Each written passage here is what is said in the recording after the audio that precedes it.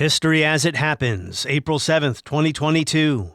Obama and Russia. Why committed to resetting the relationship between our two nations, to deepen Russia's... Without question, our number one geopolitical foe. The 1980s are now calling to ask for their foreign policy back. Invasion of Ukraine. Russian troops spreading out throughout the strategic Crimean Peninsula. Large groups of pro-Russia troops surrounding Ukrainian bases. In recent months, as the citizens of Ukraine have made their voices heard, we have been guided by a fundamental principle.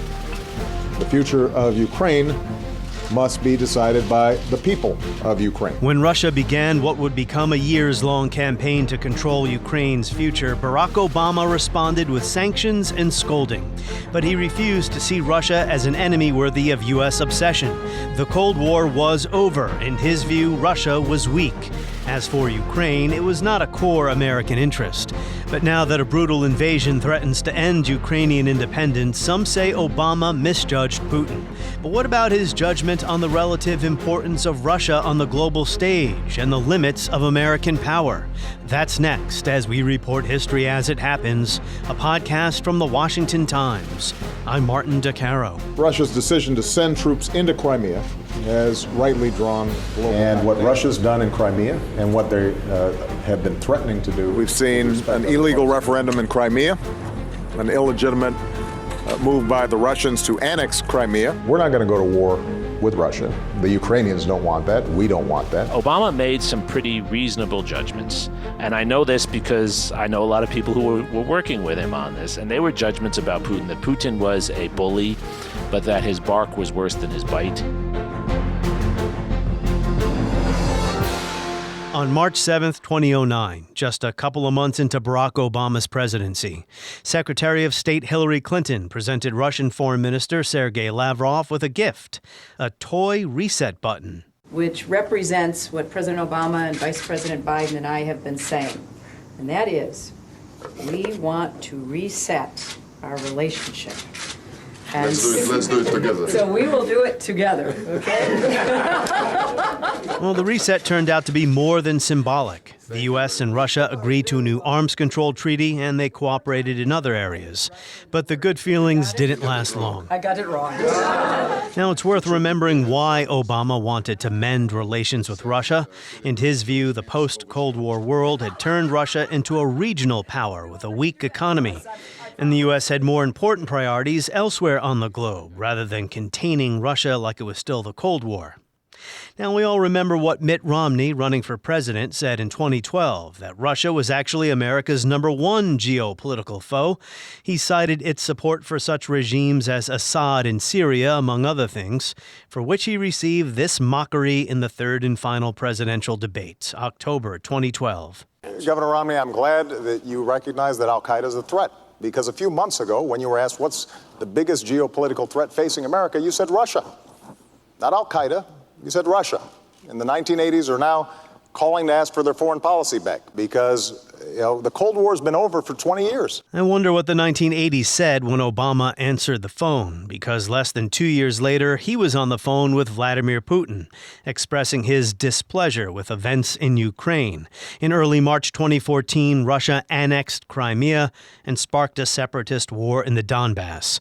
The administration responded with condemnation and sanctions. Today, I'm announcing a series of measures that will continue to increase the costs on Russia and on those responsible for what is happening in Ukraine.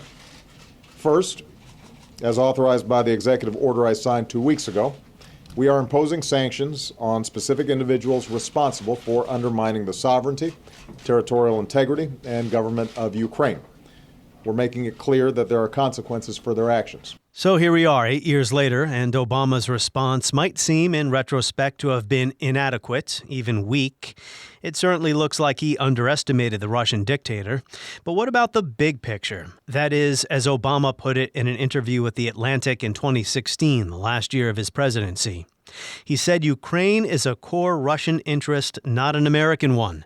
The fact is that Ukraine, which is a non-NATO country, is going to be vulnerable to military domination by Russia no matter what we do.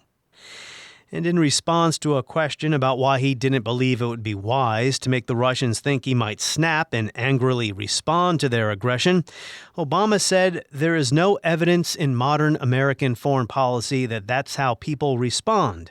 People respond based on what their imperatives are, and if it's really important to somebody, and it's not that important to us, they know that, and we know that. Barack Obama to The Atlantic in 2016. In other words, Vladimir Putin knew the U.S. wasn't going to fight and die for Ukraine, even if we pretended we might. There is something else worth exploring here, the connection between domestic and foreign policy.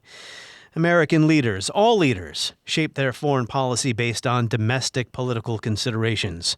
They might show toughness as a rearguard action against critics at home who want them to exert American power, critics who accuse them of weakness in the face of, say, communist aggression, to borrow a Vietnam-era term. Or a leader may downplay the perceived threat posed by a country such as Russia because he wants to expend his political capital elsewhere. Rarely are such decisions easy, especially when considering every American president inherits the problems left by his predecessor. So let's talk to someone whose mind resides at the intersection of contemporary politics and foreign policy. Jeremi Suri, historian at the LBJ School of Public Affairs at the University of Texas at Austin. He's the author of The Impossible Presidency, The Rise and Fall of America's Highest Office. Jeremi Suri, welcome back to the podcast. Always good to be on with you, Martin. So let's talk about recent history, shall we? Let's start, though, with a question about a bigger picture issue, and that is the relationship between domestic politics and foreign policy, how they're intertwined. In other words, to what extent do domestic political considerations, or even domestic issues like economic policy, influence or drive foreign policy? Domestic issues always drive foreign policy, particularly in a democracy like the United States. And this has always been true. The adage that politics stop at the water's edge has always been a myth. And it's always used by one side that wants to disempower the politics on another side.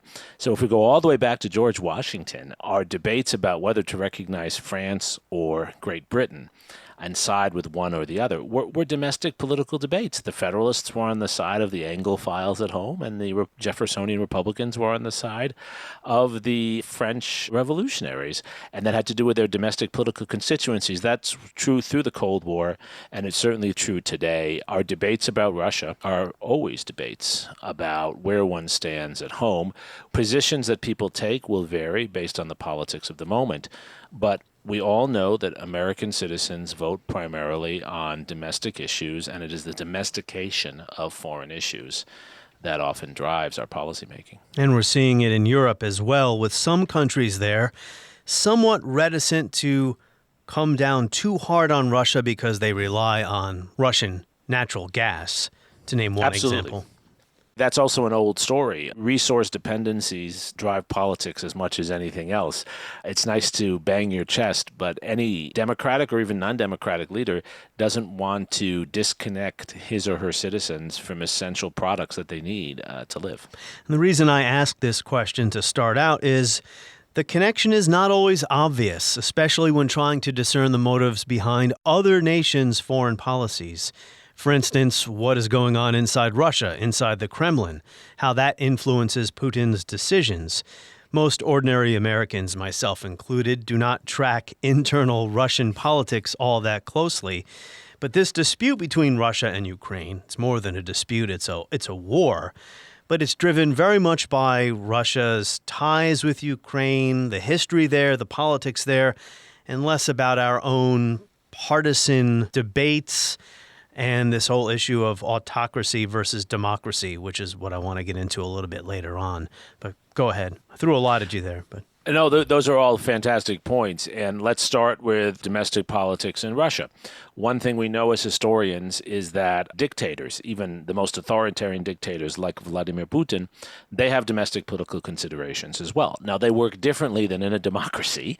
Opposition operates differently in one of those societies. But Vladimir Putin, like his Soviet and Tsarist predecessors, he might have near absolute power, but he is dependent upon a set of oligarchs oligarchs, a set of very wealthy elite figures. And he's also dependent upon people following his orders. And fear does not get you compliance alone. What Vladimir Putin has offered the Russian people over the last 20 plus years is a guarantee of stability, a promise of prosperity, and most of all, a claim to international greatness.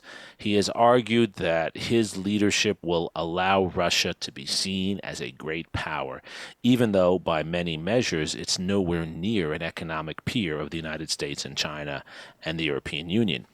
So control over Ukraine is crucial for Putin standing at home, because he has claimed consistently, and many Russians believe this, that Ukraine is rightfully part of Russia, and Russia is a great society, a great European society, because of its control over Ukraine. If he loses control of Ukraine, as he has been, due to economic forces as well as political forces, then he's diminished as a leader. And so that's why he's in part embarked upon this really long-range effort to take control of Ukraine. And it's brought us to this horrible war. We're going to talk a little bit about 2014 and the Obama administration's response to the Crimea annexation. That's actually why I first got in touch with you, to talk about that. But a couple of more historic points. I think about historic parallels all the time in preparation for my podcast. Not all of them It's work. why I love you, Martin. It's why I love you that you do this. It's why I'm always getting in touch with you and Jeffrey Engel and others to come on. Not all of my parallels work, but one thing I thought of, and it's because I've been watching the CNN series about him, is LBJ's decision in Vietnam to commit ground forces in 1965 at Da Nang after agonizing over what to do about Vietnam throughout the end of 1963 after JFK's assassination, but especially 1964, the election year. Johnson was definitely concerned with domestic politics, more so than he was with South Vietnam's security and Vietnam's history, culture, etc. Right? He didn't really know a lot about Southeast Asia, but he certainly knew a lot about appearing strong against domestic criticism. And you've brought up a great example because we have so much information on LBJ, and your listeners know this. What makes historical scholarship exciting and relevant is that we deal in the world of facts. We go and do the research, and we see the evidence, and the evidence is overwhelming that Lyndon Johnson was motivated, as you say, by domestic factors. Two things stand out above all in 1965 for Lyndon Johnson. First, he was deathly afraid, and truly deathly afraid, of appearing weak in Vietnam. I'll tell you, the more I just stayed awake last night thinking about this thing, the more I think of it, I don't know what in the hell. It looks like me we're getting into another Korea. It just worries the hell out of me. I don't see what we can ever hope to get out of there with once we're committed. Because he knew there was this person he hated waiting in the wings named Robert Kennedy, who immediately was going to say, if Johnson withdrew from Vietnam, my brother would have done it better, right? Robert was waiting to do that. Bobby Kennedy was planning to run for president, and Lyndon Johnson, already, like Nixon, was obsessed with the Kennedys. They were the great family he could never equal, and the last thing he was going to do was suffer from them calling him weak relative to the martyred John F. Kennedy, who looked so strong. Second, Lyndon Johnson wanted to make certain that he firmed up his support among more conservative elements in the United States who tended to be most anti-communist. Why did he have to firm up his support among conservative elements? Well, that was the only way he could get his civil rights legislation through. It was not as if the Democratic Party and conservative members of that party and members of the Republican Party had a transformation on race issues. It was that Johnson was able to coax them, to coerce them, to pressure them into accepting things they wouldn't have accepted. He knew he couldn't do that if he appeared weak in Vietnam and appeared weak in the Cold War. So those domestic political considerations, which were, as we know from the telephone recordings, from his diary, we know those were what he thought about 99% of the time. Those drove him in Vietnam. And as you say, what was happening in Vietnam was actually an afterthought relative to those domestic political considerations. He did not know a lot about, as I said, South Vietnam, which was a relatively new country. He, of course, inherited a policy, which is another important point to make here. He inherited a policy of multiple administrations. But I don't agree with those who say that he was concerned at this point with any domino theories, and we do hear a sort of domino theory today with the democracy versus autocracy framing. But back to LBJ, I think credibility and, of course, his own standing at home mattered more than any domino theory at that point. And this often drives American policy. I wrote a whole book on Henry Kissinger, and you can argue that Kissinger's entire approach to international affairs is about maintaining credibility. What does credibility mean? People recognizing and believing you're strong and not challenging you. Any large power has commitments that go well beyond what it could actually defend. And NATO is built this way too, right? And so credibility is the willingness of others to believe your word and not test your word at all moments. It's the same way we can't test our banks at all moments. We can't take all our money out, right? They live on credibility. And Kissinger was right, this matters. The problem is it can often become an obsession that distorts a clear recognition of national interests. Yeah, upholding our credibility in Southeast Asia. We clung to that for so long that our allies started to question our judgment. That's right. That's exactly right. Same thing in Afghanistan over the last 20 years. We all know that long before Biden's presidency, it was clear that we were not achieving what we wanted to achieve, but we were afraid to admit that because we were afraid we would lose face, that we would lose credibility. And that is why I admire what President Obama at the time said about his decision not to forcefully, I mean, he didn't put it this way. This is my interpretation of what he said at the time. But you could see he was trying to word it very carefully if you go back and listen to his statements. Yeah, America's got a whole lot of challenges. Russia is a regional power that is threatening some of its immediate neighbors, not out of strength, but out of weakness. Because it's very difficult for an American president to say something like that or act that way when there are calls for a stronger response, right? But I want to get to 2014 in a moment. I just want to go back a little bit and set up some context here.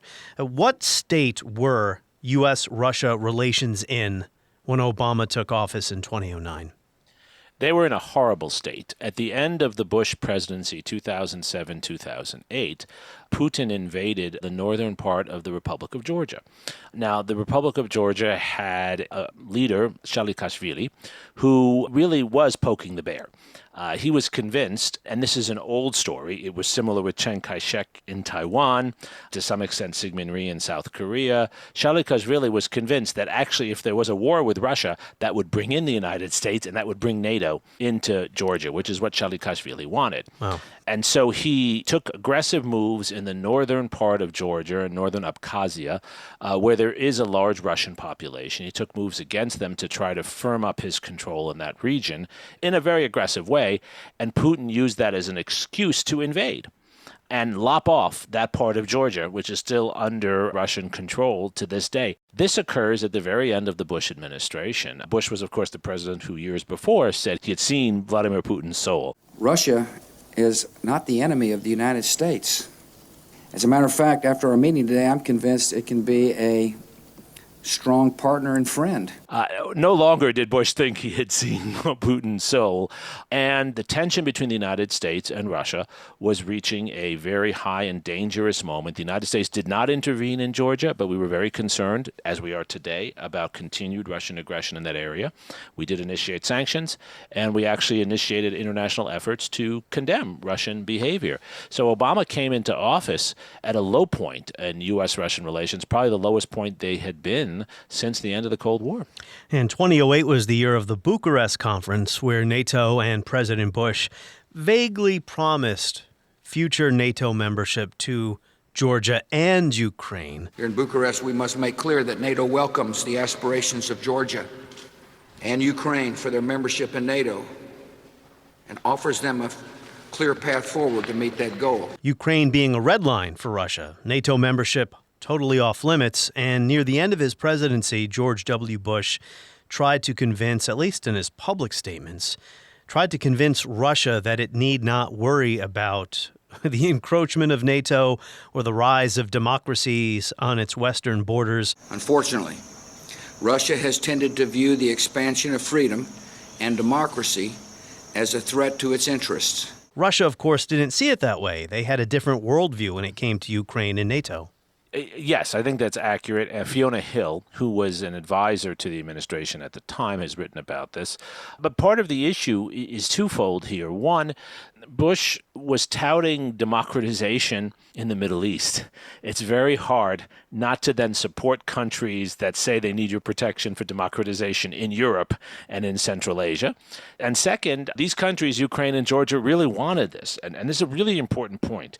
It wasn't that Bush showed up there and tried to impose NATO on these countries. He was responding to what were very popular, sincere calls for NATO and European Union membership in these countries, and he felt he had to respond this way after saying he was all about ending tyranny and spreading democracy. Trapped by his own policies, I suppose. But you're right, Ukraine, going back to 1991, wanted to join NATO when it finally got its independence after the collapse of the USSR.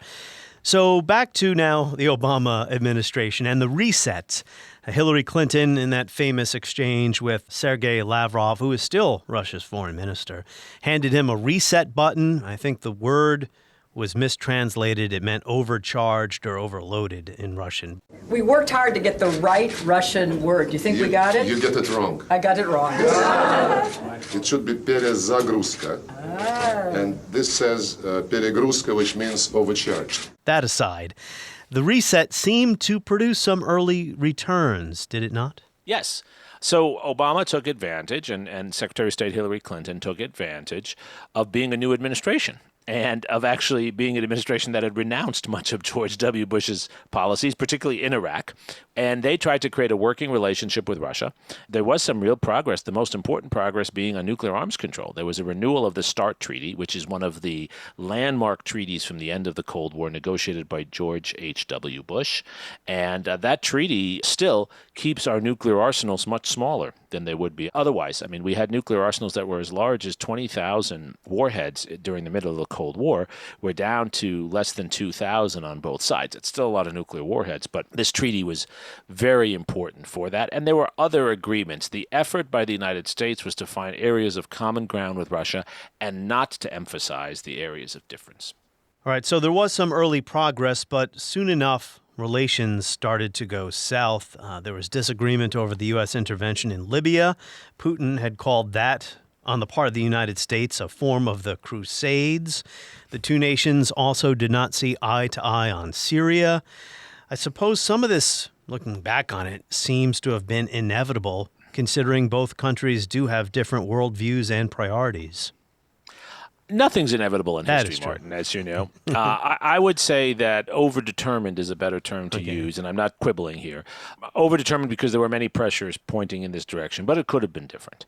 Vladimir Putin made a choice sometime around 2009, 2010, that instead of trying to work with the United States in the Middle East, he was better off opposing U.S. efforts in the Middle East. I think he really thought this through, and I think he saw some early efforts by Obama to get out of Iraq as efforts that could be compatible with his hope of creating some kind of shared condominium in the Middle East. The big problem Putin has is that the Soviet Union had been a big player in the Middle East, but by the 21st century, Russia was almost non-existent there. Their one major base is in Syria, the Tartus base, right? And so he's trying to find some way to stay within the Middle East, to be a player down there. And I think early on he thought that maybe Obama would allow that in the way that Bush did not. Bush acted unilaterally, as we all know. But then after the withdrawal from Iraq and an increase in American activity, as you said so well, in Libya and threatened activity in Syria, he felt he was being cornered out of the Middle East again.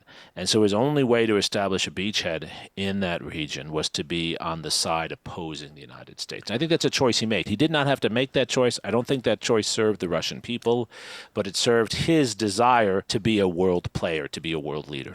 That's a great point. Yeah, he did take the side of Assad in Syria's civil war.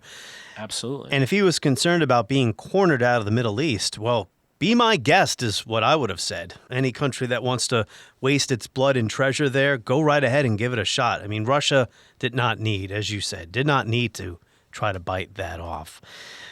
To be fair, this is actually what Secretary of State Hillary Clinton was trying to sell to Lavrov and others, right? That the United States would work with the Russians in Europe and perhaps in Asia to counter certain Chinese aggression, and that the Russians would be, in a sense, liberated from their longstanding commitments to countries like Syria, Iraq, and others in the Middle East. So in 2012, Obama is debating Mitt Romney for his reelection, and this is the famous moment where Romney had suggested, previous to this debate, that Russia was the number one geopolitical foe of the United States because of some of the behaviors you've just described, some of the moves that you just described. He didn't say Russia was a threat to the U.S. mainland, anything like that. Number one geopolitical foe was the term he used. And Obama mocked him. Governor Romney, I'm glad that you recognize that al-Qaeda is a threat, because a few months ago, when you were asked what's the biggest geopolitical threat facing America, you said Russia. Not al-Qaeda, you said Russia. In the 1980s are now calling to ask for their foreign policy back. But in context, I can understand why President Obama, running for re-election, made those comments. He was trying to preserve relations with Russia, right? He didn't see the need to rhetorically attack them as a foe. Absolutely. Obama's strategy was twofold. It was, one, to try to continue to engage Russia.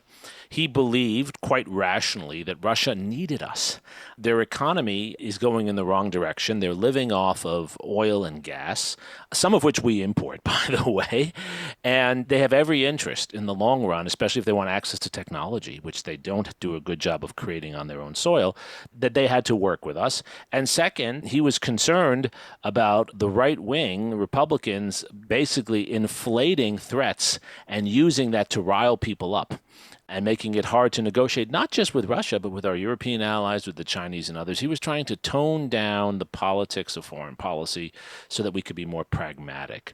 But unfortunately, that didn't work. In the words of Max Hastings on this podcast a few weeks ago, Russia can't even make an electric toaster anyone wants to buy. I don't know if that's true, but I think I know what Sir Max was getting at.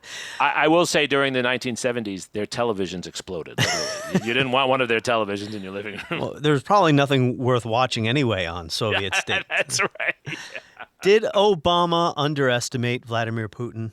Yes, we know that now, and this is a great moment to do what you do so well on your podcast, Martin, which is to help elucidate what it is we see as historians that people don't see in their own moment. Obama made some pretty reasonable judgments, and I know this because I know a lot of people who were working with him on this, and they were judgments about Putin, that Putin was a bully, but that his bark was worse than his bite, and that in the end, Putin wanted Russia to be a strong power, which meant it needed to cooperate with the rest of the international system, particularly with the United States. It would never be a good kid in the classroom, but they didn't want to totally blow up the classroom, was the way the Obama people looked at it. But they underestimated the fact that what we know now as historians, having seen what's happened in the last 8 years since 2014, that Vladimir Putin was obsessed with making himself not just an effective Russian leader, making himself the great Russian leader by expanding Russian power in places where Russia has no business and no capability really to do that. And this doesn't mean he's bent on world domination, but it does mean he's bent on a more aggressive international posture, one that undermines his own rational interests at home for his own people. And Obama underestimated, in a sense, Putin's stomach for violence and Putin's willingness, honestly, to screw over his own people in pursuit of his own image. And so if we assume that other countries are going to act in their own best interests, we need to put the word perceived best interests in there. Precisely. Yes. Precisely. What Putin is pursuing now is obviously not in Russia's best interest. Before we get to 2016 and Obama's interview with The Atlantic about Ukraine specifically and what the U.S. role is there, I want to stay in his presidency a little bit more. In 2014, I mean, this is the key year. We have to remember what was going on in Ukraine at the time, and had a pro-Russian leader in Yanukovych who rejected his people's wishes to move toward membership with the EU. Yanukovych abandoned a partnership deal, a trade deal with the EU in November of 2013. That provoked a massive public outcry. Then there are major street demonstrations. February of 2014, there's bloodshed. Uniformed snipers shoot down Ukrainians in the streets. Yanukovych is ousted. He leaves the country. And then in March of 2014, Russia annexes Crimea. That was a lot of information there. I tried to make it as brief as possible. But all of this is going on in Ukraine, and then the annexation happens. And what's the default response by Western powers in the United States? Sanctions. Right. This is really important history. And again, it makes a lot more sense in retrospect than it did at the time. Yanukovych, who was the Russian-supported and largely installed puppet in Ukraine, is overthrown in a popular revolution centered in Kyiv. And he's overthrown because Ukrainians see their economic interest with Europe. There's a cultural connection, but it's not really that. If you're Ukrainian and you want to live in a prosperous society, you want to be part of Europe. You don't want to be part of Russia. And Yanukovych's unwillingness to go with the European agreement because of Putin's orders not to. Putin offers loans in replacement for that. So as compensation. Yanukovych is overthrown, and this is a horrible moment for Putin, because what Putin fears more than anything, and we know this, and it's what leads to his obsession with Hillary Clinton, he fears the United States fomenting, supporting popular revolution. To him, and here he agrees with the Chinese, popular movements threaten the basic order of authoritarian society. And here's where we get into authoritarians versus Democrats. And so not only does Putin swallow this problem and develop a strategy now for trying to undermine American leaders, including Hillary Clinton, that's when his strategy of interfering in elections really takes off, but he also immediately moves towards seizing Crimea because he's fearful that the new Ukrainian popular government will exclude or expel the Russian base in Crimea, one of the most important Russian bases in the world. They're based on the Black Sea. And so he seizes Crimea just days. I think the first Russian forces enter Crimea with their uniforms off, right, as the first little green men, as they're called by those observing this. I think it's 4 days after Yanukovych leaves Kyiv. And that's the beginning of the path we're on to today. The Separatist War begins, too, in March. So late February is where this really happens. Yanukovych leaves. The annexation begins. It's completed in early March. And then the Separatist War in the Donbass starts. And that war had been going on right up to this day, right up to February 2022, when the full-scale invasion of Ukraine begins. And you asked about the reaction to this, right? Yes. And so it's the key question to ask, of course, Martin. There are sanctions that are placed on certain oligarchs, on military leaders, but it's also accepted what happens in Crimea as an unfortunate fait accompli. We do sort of move forward. Russia is not excluded from many international institutions. The sanctions are relatively mild. For example, Russia is not excluded from the international banking system in the way it has been recently. Russian oil and gas are not only purchased in Europe, they're purchased in ever larger volumes, and the Germans begin a process of actually building a pipeline to Russia. So the hope is that this will be enough, and that there's strong enough sanctions to discourage Putin from doing this again, but weak enough to keep him connected, to keep him involved. Obviously, that doesn't work. It sends the wrong message to him. I think the message he receives is that the West is not willing to stand up for Ukraine. And as he, I think, later says, Ukraine is nothing. Well, he was right about that when it comes to the West not being willing to go to war over Ukraine. Well, for the obvious reason that Ukraine was not yet in NATO. But if we can return to the reset for a moment, I often wonder why, during that reset, the Obama administration did not formally withdraw that vague offer of NATO membership for Ukraine. Because it's been unspoken for years that, as mentioned, the West is not going to go to war over Ukraine. So why keep that NATO offer dangling out there? Because it really did annoy the Russians, or anger the Russians, not annoy them. Sure. Well, the reason the United States did not withdraw that is because the Ukrainians wanted to be part of NATO. And NATO does not, under any circumstances, want to allow a foreign power to have veto over who its members are. Nor did NATO want to discourage the Ukrainians from defending themselves and standing up to Russia. So the hope was that, and this is what diplomacy is often about, Martin, vagueness, right? The hope was that the Ukrainians would feel that NATO might one day let them in and that would inspire them, but that the Russians would feel it was going to happen in such a distant future that they didn't have to worry about it. That's the hope. That was the worst of all worlds, though. I agree, but I also don't see how we could have abandoned the Ukrainians, and we would have been accused. If Obama in particular, can you imagine if Obama had said, well, after Bush has promised, I'm going to say we'll never do this. Yeah. Can you imagine, back to the point on domestic politics, Donald Trump would have been going after him. They would have said, see, look, this Kenyan-born president, look what he's done here, right? Well, I do remember in the 1990s, the Clinton administration pushed harder on NATO expansion when it really went full throttle and then into the early 2000s to placate domestic criticism among constituencies in the United States, Polish Americans and others, and also Republicans in Congress who wanted a more aggressive expansion of NATO. My point is, though, it didn't work out well. No one was served by this vague offer of, despite your fine explanation, retrospect and hindsight, right? But, I mean, the Russians have made it clear that under no circumstances do they want Ukraine in NATO. I agree with you, Martin. I'm not sure the alternative would have been better.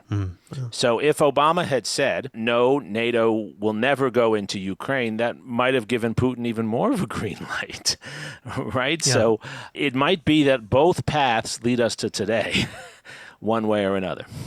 In 2016, Obama does give an interview in The Atlantic where he makes some remarks that you don't often hear from American presidents in their candor and in their realism, especially after 20, 30 years of freedom agendas and democracy on the march.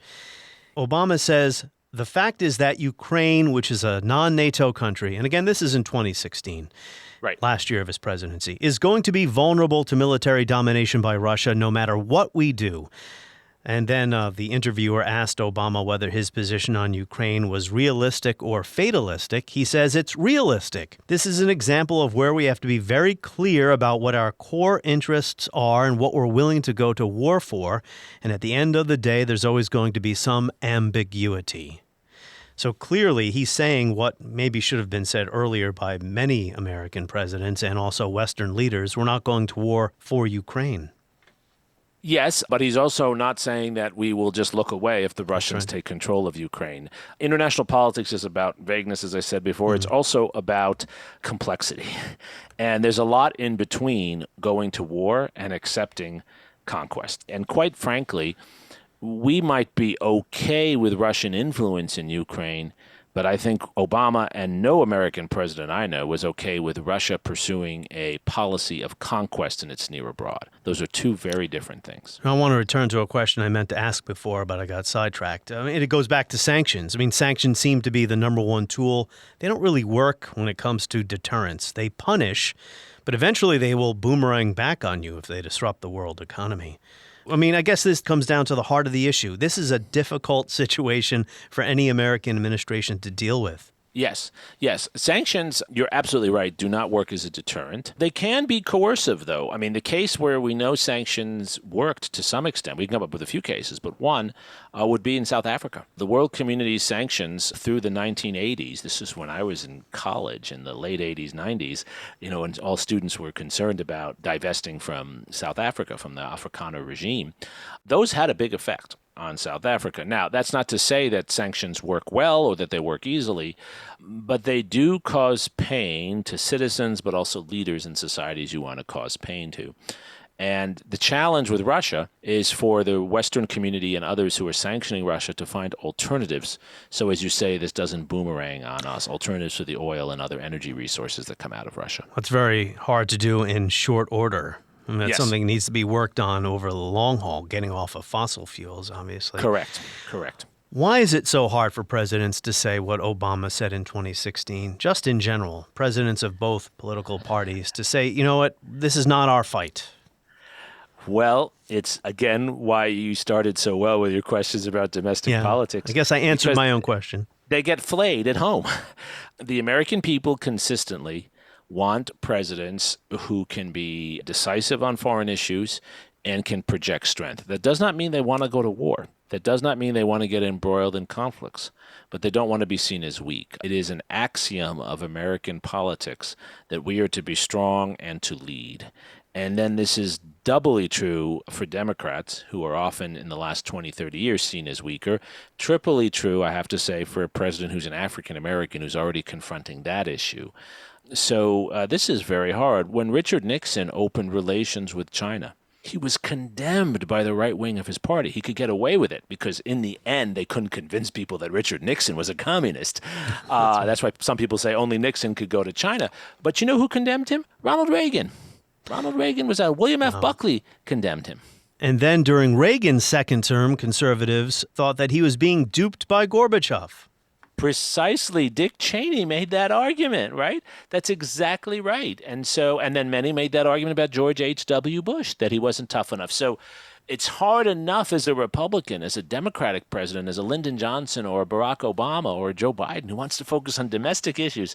It's even harder. How do you say to the American people, we're this great country, but these big problems in the world, we're not strong enough to figure it out? Well, Harry Truman lost China, if you hadn't heard, as if it were his to lose. A massive country that had been embroiled in a civil war.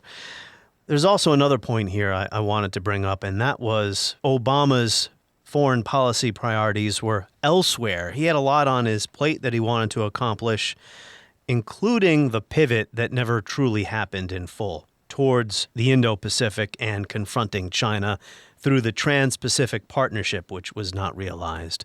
So we can look back at this issue and why wasn't he tougher, or why didn't he confront Russia in a stronger fashion? But there was a lot going on. He was trying to extract the U.S. from the Middle East. Didn't quite do that either. He's trying to pivot towards Asia, the TPP, and China. So I think that context helps understand a little bit more. What often has happened with U.S. policy toward Russia since the end of the Cold War is our priorities have moved elsewhere. Russia is not a major trading partner of the United States. Russia is not a major area that we focus on in terms of our national interest. Asia certainly is, other parts of Europe, the Middle East. And Russia keeps reinserting itself at the center of the agenda, as Cuba did, for example, during the Cold War. Interestingly enough, one other topic I would add to your list of the things Obama was focused on and trying to ignore Putin because he thought Putin was less important, in addition to Asia and the Middle East, he was actually focusing on Cuba. And we should remember that one of his major initiatives was reopening relations between the United States and Cuba.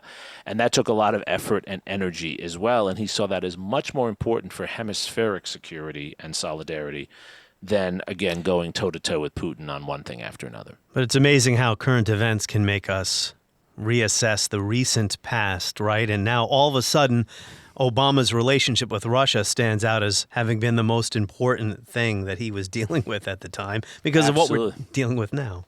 If I could also quickly bring in one other domestic political element of this that's so important, right? The impeachment of Donald Trump, the first impeachment, it's important everyone remembers what that was about, right? So Donald Trump was impeached for having a phone conversation with Zelensky where he basically withheld American weapons authorized by Congress, including by Republicans in Congress, the very weapons the Ukrainians are using now, the Javelin and other anti-tank measures, withholding those weapons, demanding dirt on Joe Biden. And Trump only released those weapons when he was impeached to try to prove that there wasn't a quid pro quo. You can't have a better example of domestic politics polluting American foreign policy than that. And I know that Donald Trump has said that this invasion going on now, not the 2014 one, the current one, wouldn't have happened if he were president. John Bolton disagrees. I detest that whole narrow partisan debate as to whose fault it is. I cannot tell you with any level of precision why Putin chose now instead of before. Well, he might not have invaded because Donald Trump might have let him walk in. That's what John Bolton has basically insinuated. Yeah, and Fiona Hill has also made similar. I mean, Trump was considering pulling out of NATO, pulling the United States out of Europe. And so imagine what Putin would have... If you believe that Putin's invasion is because somehow he thinks the United States is weak, well, the weakest president in containing Putin in our history since World War II was Donald Trump. No president gave more to Vladimir Putin than Donald Trump. Now, if you want to defend that, go ahead and defend that, but that is the record of Donald Trump here. And you mean containing Russia or the Soviet Union? So you said Correct. Since World War II, yes. Since World War II, yeah. I mean, basically, most every president has spent as much time as possible trying to prevent Russian Soviet expansion. not Donald Trump. We'll wrap up with this issue, the democracy versus autocracy debate. I'm going to be speaking to Francis Fukuyama about this. I brought up Anne Applebaum's column recently on one of my podcasts about framing every dispute in the world as, well, an existential conflict. We have to defend democracy everywhere, the argument goes, not just in Ukraine, but in Taiwan. Anne Applebaum has said the U.S. is already at war with Hungary, Venezuela, Belarus, not just Russia and China, because as she sees it, there's a system, not just individual cases. There's a system of autocracy that's pushing democracy to the margins across the world, and the United States has to do something about it. I think that's a very simplistic way of looking at this. There's no doubt, and Anne and Frank Fukuyama and others have written about this, there is no doubt that there is some collaboration among authoritarians, right? They play off of one another, and I've written about that in the Cold War. There's no doubt that that's true.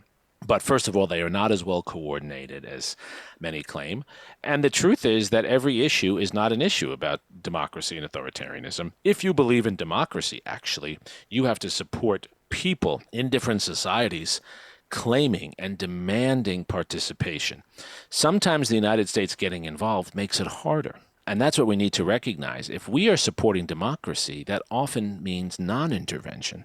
Sometimes when we intervene, need I remind people of Vietnam, Iraq, and Afghanistan, we make it worse for those who are trying to demand more participation. You could make the case that in Iran today, for example, the worst thing would be for the Iranians to have an American enemy of any greater belligerence than today. So that's where I think we've gotten it about right in Ukraine. This is not a war between the U.S. and Russia, but we're going to support the democratically elected president, and we're going to support what looks like, even though it has its limitations, what looks like a popular uprising against Russian invasion. What's going on there has to do with Russia and Ukraine. NATO and other issues post-Cold War history is important as well. But yeah, I see it the same way. I don't view it as an existential conflict between democracy and autocracy. I think some of this goes back to Wilsonianism and his world must be made safe for democracy, and that meant not going around the world and imposing democracy in places that are not already democratic. It meant creating an atmosphere or a global climate where countries that are already democracies can thrive. They do not have to subject their own peoples to the kind of regimentation, discipline, militarism that was, say, extant in the Kaiser's Germany, to use a Wilsonian era term. Right. I think that's exactly right. And if the world is to be made safe for democracy, this gets back to, again, where we started. It means it cannot be the United States doing it alone or as the primary actor. It has to be the people in different societies, and we have to get better at figuring out how we support people. And often that means us doing things that are less militaristic to support their democratic aspirations. What credibility do we have left after the last 20 years especially? Torture, preemptive war. I don't want to always have to harp on those things, but I still think they're relevant. I do too. And they're relevant. We know this as historians because people in other societies don't forget. They don't forget. Every Iranian I've ever met, whether they're pro-current regime or not in Iran, they know about the 1953 coup that we staged in Iran. We don't know about it. My undergraduates don't know about it until I tell them about it. But anyone who's an undergrad in Iran knows about it. So these sorts of activities undermine our credibility. But I think credibility waxes and wanes. And we are gaining a lot more credibility today in supporting Zelensky and the support we're giving. I don't just mean military support. I mean the aid, the sympathy we're showing. I think that matters enormously. The contrast between the United States and our West European allies, and not just Russia, but China and India. And my father's from India. I feel a connection to India. But India has not shown the kind of sympathy for the plight of Ukrainians that other countries have. And that matters for people believing that you care. And as you said before, Martin, perceptions matter. I think this war has given us an opportunity to draw a contrast. I love the contrast between Joe Biden meeting with refugees on the Polish border and meeting with troops, and Vladimir Putin, like prior czars, isolated in the Kremlin or wherever he is, with his advisors sitting on the other end of the room because he can't even have them close by. Bizarre, to say the least. Jeremi Suri, host of This Is Democracy podcast, in addition to his many responsibilities as a historian at the University of Texas at Austin. We thank you once again for your insights. On the next episode of History as It Happens, we return to the History Wars, our ongoing series about slavery and the Constitution. Because it's not just Negroes, but really it's all of us who must overcome the crippling legacy of bigotry and injustice. And we shall overcome. Our guests will be Sean Wilentz and James Oakes. Now that's a powerhouse podcast. That's next as we report History as It Happens, a podcast from the Washington Times.